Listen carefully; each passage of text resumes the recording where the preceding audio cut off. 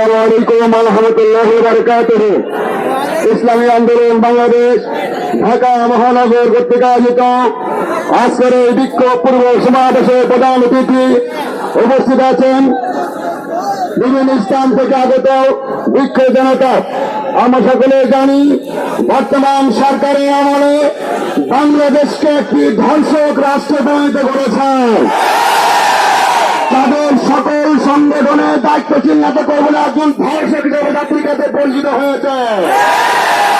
সরকারকে সাধুবাদ জানায় আইন পাশ করেছেন, কিন্তু জাস্ট ফর আইন অর্জন না হয় মানুষকে ধোকা দেওয়ার জন্য আইন পাশ করে ক্ষান্ত করবেন না।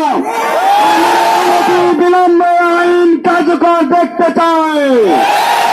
নাম্বার 2, দেশের আইন শৃঙ্খলা পরিস্থিতি অত্যন্ত ভয়াবহ। সেখানে একটা মেয়ে থেকে শুরু করে সর্বোচ্চ ব্যক্তি নিরাপদ নয়। আপনারা দেখেছেন সিলেটে পুলিশ হেফাজতে একজন ভাইকে হত্যা করা হয়েছে। মানে স্বরাষ্ট্রমন্ত্রী আপনি মুখে কুলু কেটেছেন, আপনার বাহিনী মানুষকে গুলি করতে হত্যা করতে আপনি বিচার করার সাহস রাখেন না।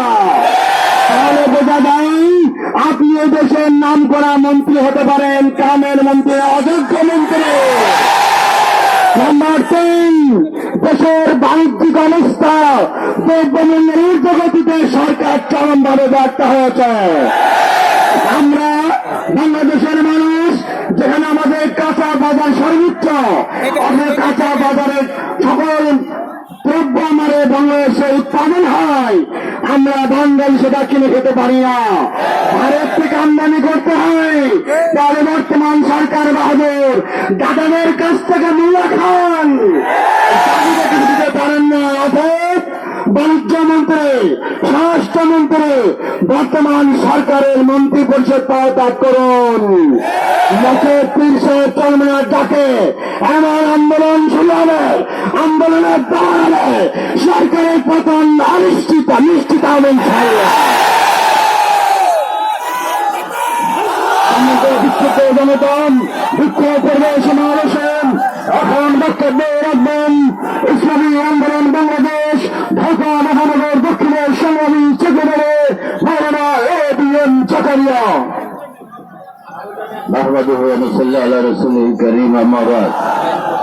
ইসলামী আন্দোলন বাংলাদেশ ঢাকা মহানগর কর্তৃক আয়োজিত আজকে গণমিছিল পূর্ব সমাবেশের সম্মানিত প্রধান অতিথি ইসলামী আন্দোলন বাংলাদেশের মহতারাম নায়েবে আমির, আমাদের প্রাণ প্রিয় নেতা আলহাজ হযরত মাওলানা সৈয়দ মোহাম্মদ ফয়জুল করিম দামাত বারাকাতুহুল আলিয়া, উপস্থিত আছেন আজকের সভাপতি ঢাকা মহানগর দক্ষিণের সভাপতি মাওলানা ইমতিয়াজ আলম সহ কেন্দ্রীয় মহানগর নেতৃবৃন্দ, বিক্ষুব্ধ ভাইরা।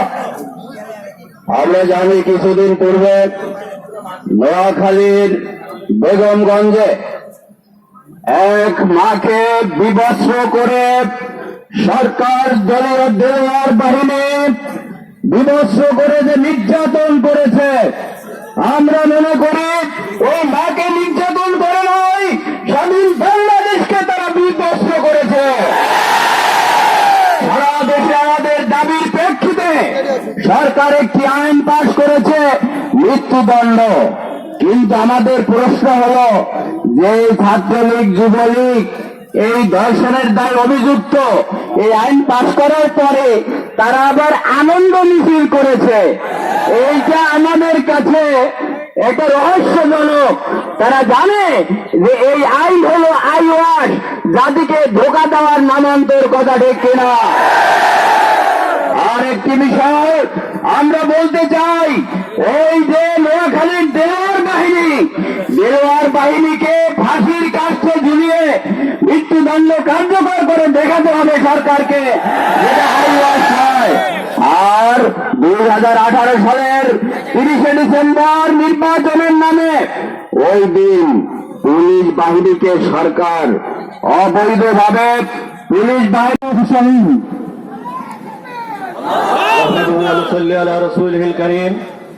ইসলামী আন্দোলন বাংলাদেশ ঢাকা মহানগর শাখা কর্তৃক আয়োজিত আজকের এই বিক্ষোভ পূর্ব সমাবেশের সম্মানিত সভাপতি, প্রধান অতিথি, সংগ্রামী নায়েবে আমির হযরত মাওলানা মুফতি সৈয়দ মোহাম্মদ ফয়জুল করিম সাহেবের চরমুনায় আজকে পুলিশ এবং ধর্ষকদের মধ্যে কোনো পার্থক্য নেই। আজকে পুলিশ এবং খুনিদের মধ্যে কোনো পার্থক্য নেই। আজকে পুলিশ এবং ডাকাতদের মধ্যে কোনো পার্থক্য নেই। আজকে পুলিশ এবং সন্ত্রাসীদের মধ্যে কোনো পার্থক্য নেই। আজকে পুলিশের ড্রেসকে আজকে অপমান করেছে। এই পুলিশকে বাংলাদেশের জনগণ দেখতে চায় না। আপনারা যদি আপনারা আপনাদের দায়িত্ব পালন করতে ব্যর্থ হন, তাহলে জনগণ আপনাদের ক্ষমা করবে না। সমাবেশের পর্যায়ে বক্তব্য রাখবেন ইসলামী শাসনতন্ত্রের ছাত্র আন্দোলনের কেন্দ্রীয় সভাপতি এম হাসিনুল ইসলাম।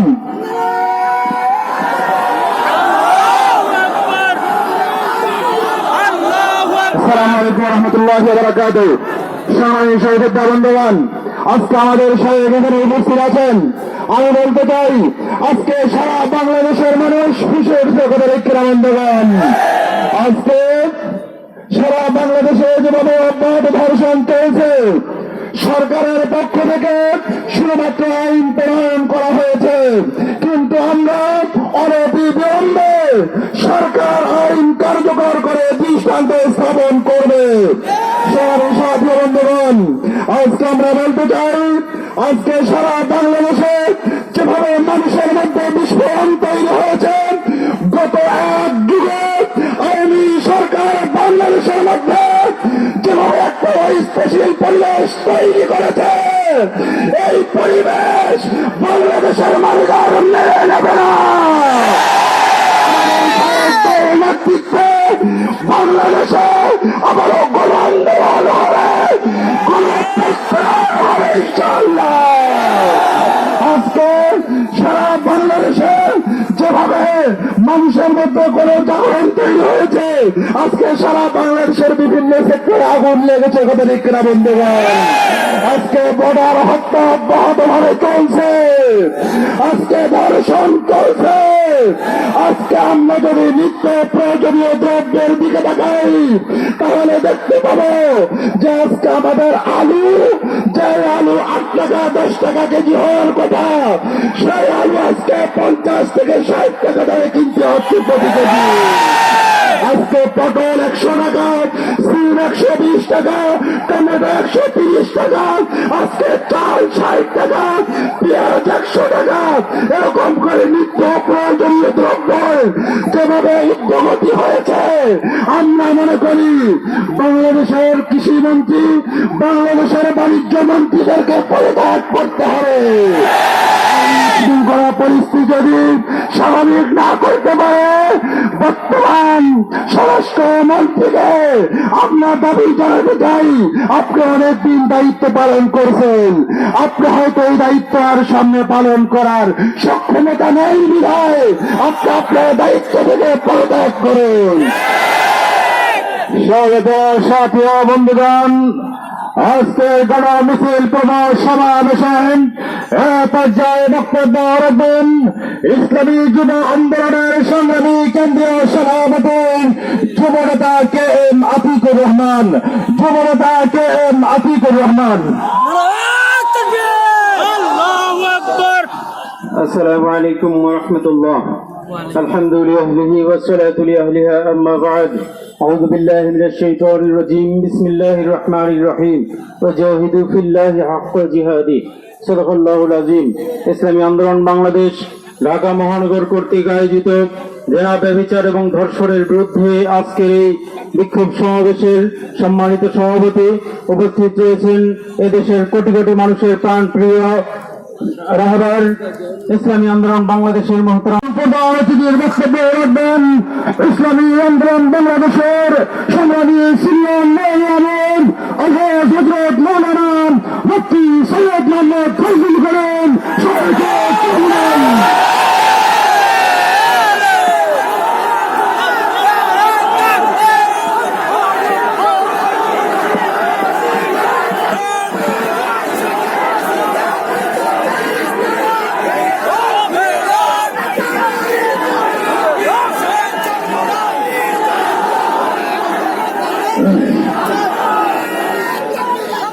আসসালামু আলাইকুম ওয়া রাহমাতুল্লাহি ওয়া বারাকাতুহু। ওয়ালাইকুম আসসালাম ওয়া রাহমাতুল্লাহ। নাহমাদু ওয়া নুসাল্লি আলা রাসূলিল কারীম, আম্মা বা'দ। ফাআউযু বিল্লাহি মিনাশ শাইতানির রাজীম। বিসমিল্লাহির রাহমানির রাহিম। ওয়া লা তাকরাবুজ জিনা। সাদাকাল্লাহুল আলিয়্যুল আযীম। ইসলামী আন্দোলন বাংলাদেশ ঢাকা মহানগর কর্তৃক আয়োজিত আজকে এই সম্মেলনের সম্মানিত সভাপতি, ওলামায়ে কেরাম, নেতৃবৃন্দ, সর্বস্তরের জনগণ ভাইয়েরা আমার, ধর্ষণের বিরুদ্ধে আন্দোলন চলছে, আল্লাহ পাকের শুকর, আইন প্রণয়ন হয়েছে। কিন্তু প্রশ্ন হলো এই, বিশ্বের বহু দেশেই ধর্ষণের বিরুদ্ধে আইন আছে, নাই তা নয়, কিন্তু ধর্ষণ কি বন্ধ হচ্ছে? এর কারণ খুঁজতে হবে। আমরা কেউ মনে করি নগ্ন পোশাক ধর্ষণের জন্য দায়ী নয়। আলোচনা চলতেছে, টকশোর মধ্যে আলোচনা চলতেছে, যুক্তি চলতেছে। ধর্ষণ কেন হয়? আমরা একে অপরকে বিভিন্ন যুক্তি পেশ করতেছি, কোরআনও যুক্তি পেশ করছে।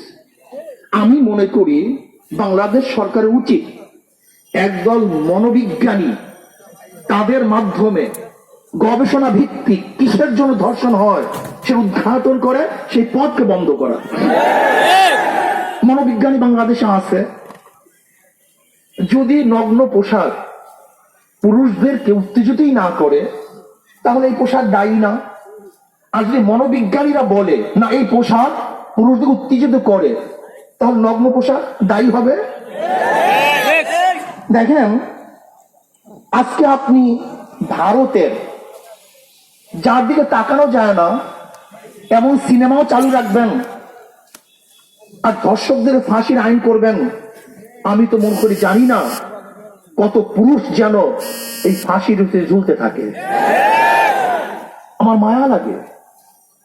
আপনি একজনকে বাঘের মুখে ঠেলে দিবেন আর বাঘকে বলবেন খবরদার আক্রমণ করবা না, এটা ইনসাফ হতে পারে না। কারণ বাঘের থেকে দূরে রেখে তারপর বাঘের থেকে বাঁচতে হবে। আজকে ধর্ষণের আইন হয়েছে, কিন্তু আমি অনুরোধ করব অপপ্রয়োগ যেন না হয়। এদেশের নারী নির্যাতনের খুব শক্ত আইন আছে, কিন্তু দেখা যায় গবেষণায় 90% নারী নির্যাতনের মামলা সব মিথ্যে মামলা। এটা হয়রানির জন্য করা হয়েছে, কারণ বাংলাদেশে নারী নির্যাতন আইন খুবই কঠোর, 3 মাসে জামিনই হবে না। এই কারণে দেখা যায় অধিকাংশ পুরুষের বিরুদ্ধে নারী নির্যাতন আইন দেওয়া হয়, মামলা দেওয়া হয়। এদিকে আমাদের সতর্ক থাকা চাই। শুধু তাই নয়, আমাদের দেশে ধর্ষণের বিরুদ্ধে আইন প্রণয়ন করতেছে, কিন্তু জেনার বিরুদ্ধে অবস্থা কি হবে, ব্যভিচারের কি হবে, আজকে অবৈধ সম্পর্কের কি হবে? আমাদের বক্তাগণ বক্তব্য দিয়েছেন, অনেক মন্ত্রী মিনিস্টাররা এমন ভাবে বক্তব্য দেয় যাতে উৎসাহিত হয়। শুধু মন্ত্রী মিনিস্টাররা নয়, আমাদের দেশের প্রেসিডেন্ট পর্যন্ত বক্তৃতা দিয়েছে, তোমরা প্রেম করো, একটা প্রেম করো, বেশি প্রেম করিও না। আমাদের দেশের প্রেসিডেন্টের বক্তব্য আমি চিন্তা করতে পারি না আমরা কোন দেশে বসবাস করি। আমাদের দেশের অবস্থা কি? আমাদের দেশের অবস্থা হলো কোন এক ব্যক্তি, সে কে? ইত্তেফাক পত্রিকার যে ব্যক্তি প্রতিষ্ঠিত করেছে সেই মানিক মিয়া, তোফাজ্জল হোসেন মানিক মিয়ার ছেলে। আর তোফাজ্জল মানিক মিয়াকে যে অনেকেই বলে ইত্তেফাক পত্রিকা না হলে এদেশের স্বাধীনতা আসতো না। নেপথ্যে মানিক মিয়ার স্বাধীনতার কর্ণধার ছিল। শেখ সাহেব তার কাছে বসে থাকতেন, অর্থায়ন করতেন, মানিক মিয়া বুদ্ধি দিতেন, পত্রিকায় ছাপা করতেন স্বাধীনতার পক্ষে হাজারো খবর। কিন্তু তার ছেলে ব্যারিস্টার শুধু একটা ইঙ্গিত বহক কথা বলার কারণে তাকে জেলখানায় পুঁতে দেওয়া হয়েছে। সেখানে দীর্ঘদিন পর্যন্ত তাকে থাকতে হয়েছে, নির্যাতিত হয়েছে সে। এইভাবে আপনি ধর্ষণ বন্ধ করবেন? এটা সম্ভব? এটা হয় না। কারণ ইসলাম কি বলছে ধর্ষণ বন্ধ করার ব্যাপারে, সেই বিষয়ে গবেষণা করা উচিত এবং ইসলামী আইন প্রণয়ন করা উচিত। এছাড়া জীবন ধর্ষণ বন্ধ হবে না। আইন কই বন্ধ করবেন? এদের চুরির কি আইন নাই? চুরি বন্ধ হয়েছে? ঘুষের আইন নাই? ঘুষ বন্ধ হয়েছে? খুনের আইন নাই? খুন বন্ধ হয়েছে? সন্ত্রাসের আইন নাই? সন্ত্রাস বন্ধ হয়েছে? নারী নির্যাতন আইন নাই? কিন্তু নারী নির্যাতন বন্ধ হয়েছে? হবে না, সম্ভব না, যতক্ষণ পর্যন্ত চরিত্র গঠন না করবেন। এর জন্য আমি বলবো চরিত্র গঠন করার ব্যবস্থা গ্রহণ করেন।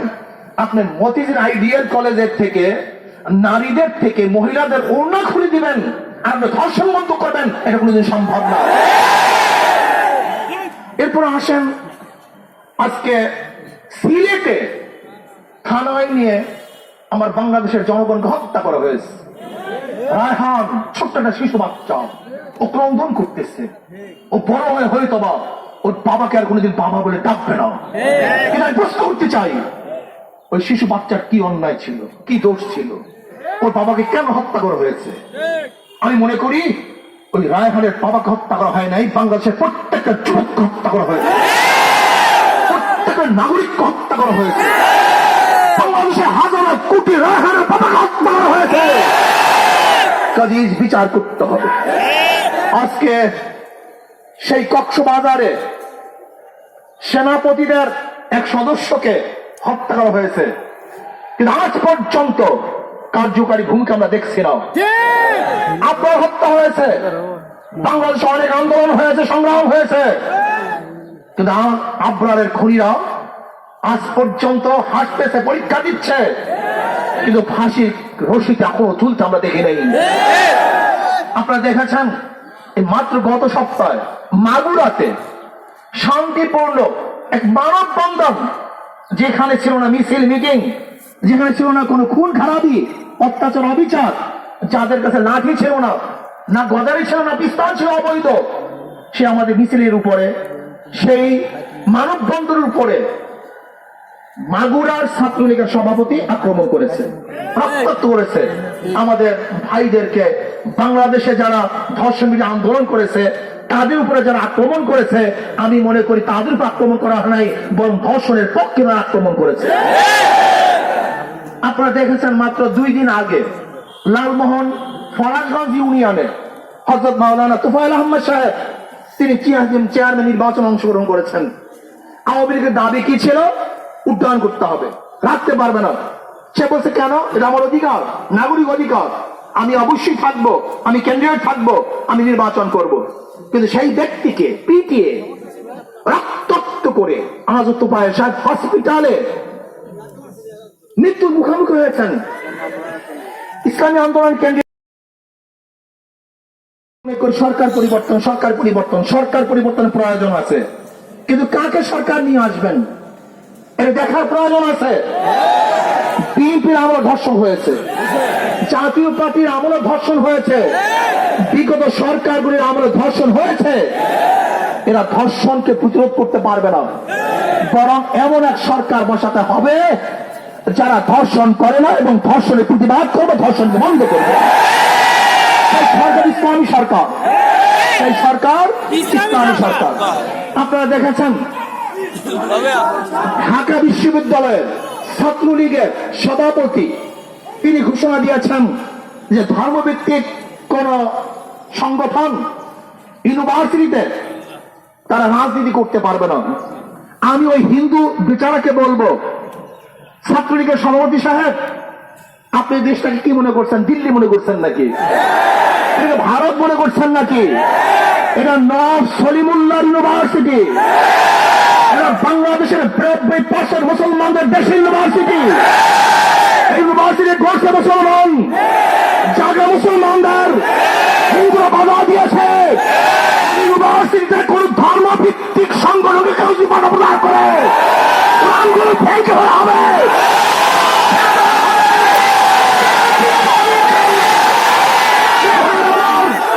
আজকে ধর্ষণ বিরোধী আন্দোলন চলতেছে, এইভাবে ধর্ষণ বিরোধী আন্দোলন করলে হবে না। আমরা সবাই আমাদের সবাইকে মাঠে নামতে হবে, করতে হবে, করতে হবে, বাংলাদেশ অবরোধ করতে হবে। যদি আমরা অবরোধ করতে পারি, আন্দোলন করতে পারি, তাহলে ধর্ষণ মুক্ত এক বাংলাদেশ আমরা দেখতে পারবো, খুনি মুক্ত এক বাংলাদেশ আমরা দেখতে পারবো, আমরা সেনা মুক্ত এক বাংলাদেশ দেখতে পারবো। আজকে ধর্ষণের বিরুদ্ধে আন্দোলন চলবে, কিন্তু জেনা বেবিচার চলবে তাও হতে পারে না। একজন মেয়ের সাথে সম্পর্ক থাকে, যতদিন পর্যন্ত সম্পর্ক থাকে খুবই ভালো, যখন সম্পর্ক নষ্ট হয়ে যায় অমনি গিয়ে সেই মেয়ে ধর্ষণের মামলা হাতে। এই সমস্ত ফাইজলামি চলতে পারে না, চলতে হবে না। কাজে ধর্ষণ বন্ধ করুন, জেনা বিচার বন্ধ করুন, খুন বন্ধ করুন এবং সন্ত্রাস বন্ধ করুন। আর দ্রব্যমূল্যের যে ঊর্ধ্বগতি চলতেছে, এইভাবে একটা দেশ চলতে পারে না। হু হু করে গতকালকে এক দাম, আজকে আর এক দাম, যা ক্রয় ক্ষমতার ঊর্ধ্বে চলে যায়। আমরা বিশ্বাস করি স্থিতিশীল সরকার যতদিন পর্যন্ত না আসবে ততদিন পর্যন্ত দেশ স্থিতিশীল হবে না। কাজে আল্লাহ পাক রব্বুল আলামিন আমাকে এবং আমাদের সবাইকে এই আন্দোলন সংগ্রাম করার তৌফিক দান করেন এবং দেশকে স্থিতিশীল করে শান্ত করার তৌফিক দান করেন। আগামী শুক্রবার এই জায়গাটি আবুল মুজাহিদিন হযরত পিসা হুজুর দামাত বরকাতুহুর নেতৃত্বে ইনশাআল্লাহ ধর্ষণ বিরোধী এবং জেনা বিরোধী বিচার বিরোধী এখানেই হবে, আন্দোলন হবে, মিছিল হবে, আমরা সব সমাবেশ হবে, আমরা সবাই থাকবো নামাজের পর। আসসালামু আলাইকুম। বিশেষ অতিথির বক্তব্য রাখবেন ইসলামী আন্দোলন বাংলাদেশের সংগ্রামী যুগ্ম মহাসচিব জননেতা মাওলানা গাজী আতাউর রহমান। আসসালামু আলাইকুম ওয়া রাহমাতুল্লাহি ওয়া বারাকাতুহু। ইসলামী আন্দোলন বাংলাদেশ ঢাকা মহানগর কর্তৃক আয়োজিত আজকের এই বিক্ষোভ পূর্ব সমাবেশের সংগ্রামী সভাপতি, আজকের সমাবেশের প্রধান অতিথি ইসলামী আন্দোলন বাংলাদেশের মোহতারাম সিনিয়র নায়েব আমির, আমাদের প্রাণপ্রিয় নেতা হযরত মাওলানা মুফতি সৈয়দ মোহাম্মদ ফয়জুল করিম সাহিত্য চরমনাই, সাংবাদিক বন্ধুগণ, ইসলামী আন্দোলনের নেতৃবৃন্দ ও সহায়তা বিক্ষুব্ধ ভাইয়েরা আমার, আজকে দেশে একটি চরম অস্থিরতা তৈরি হয়েছে। এই অস্থিরতার মূলে এই ভোটবিহীন অবৈধ ক্ষমতাসীন সরকার। আজকে এই সরকার নানা ছলে বলে কলে কৌশলে ক্ষমতাকে দীর্ঘায়িত করার জন্য, জনগণকে ধোঁকা দেওয়ার জন্য নানা রকম কৌশল করে। ঠিকই দেখলাম, যখন গোটা বাংলাদেশ ক্ষমতাসীন সরকার এবং তাদের